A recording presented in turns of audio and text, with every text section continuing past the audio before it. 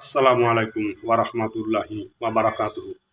মরুভূমির জাহাজ উট আল্লাহ কর্তৃক নকশা করা এক জীবন্ত অলৌকিক বিষয়। কুরআন সূরা ৮৮ আয়াত ১৭। আপনি কি জানেন যে উট পৃথিবীর সবচেয়ে নিখুঁত পরিকল্পনায় সৃষ্ট জীবের এক অনন্য উদাহরণ?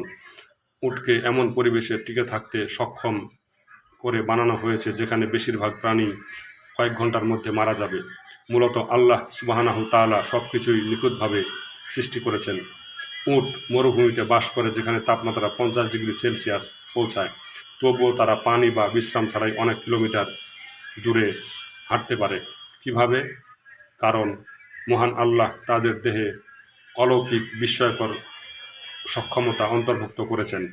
উটের কুজে পানি জমা থাকে না, এটি চর্বি জমা করে, যা শরীর শক্তিতে রূপান্তরিত করে, এমনকি প্রয়োজনে পানিতেও রূপান্তরিত করে। উটের রক্ত এবং কোষগুলি এত দক্ষতার সাথে পানি ধরে রাখে যে তারা বেশ কয়েকদিন পানি পান না করেই থাকতে পারে। মরুভূমিতে খাবার দুষ্প্রাপ্য, বেশিরভাগই কাঁটাযুক্ত ঝোপ এবং ক্যাকটাস। কিন্তু উটের মুখ এত শক্ত যে এটি কোনো আঘাত ছাড়াই কাঁটা চিবিয়ে খেতে পারে। উটের পশম ঘন, যা প্রচণ্ড তাপে তাকে ঠান্ডা রাখে এবং মরুভূমির রাতের ঠান্ডায় উষ্ণ রাখে। উটের পায়ের পাতা প্রশস্ত এবং প্যাডযুক্ত, যা তাকে নরম বালিতে ডুবে যাওয়া হতে রক্ষা করে, প্রাকৃতিক মরুভূমির তুষারপাদুকার মতো।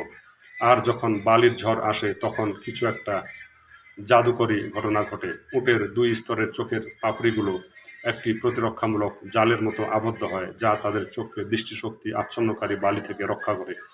উটের প্রতিটি বৈশিষ্ট্যই সুনির্দিষ্ট ও সুনিপুণ, প্রতিটি পুঙ্খানুপুঙ্খ বিস্তারিতই ইচ্ছাকৃতভাবে সাজানো। এটি দুর্ঘটনাক্রমে বিবর্তন নয়, এটি একটি সুনিপুণ নকশা। এবং মহান আল্লাহ সুবহানাহু তাআলা আমাদের ভেবে দেখার কথা মনে করিয়ে দিয়ে বলেছেন, তারা কি উটের দিকে তাকায় না, কিভাবে তাদের সৃষ্টি করা হয়েছে? সূরা আল গাশিয়া আয়াত ১৭। মনোযোগ সহকারে লক্ষ্য রাখলে দেখা যাবে উটের প্রতিটি পদক্ষেপে আল্লাহ রব্বুল ইজ্জার নিদর্শন দেখতে পাওয়া যাবে।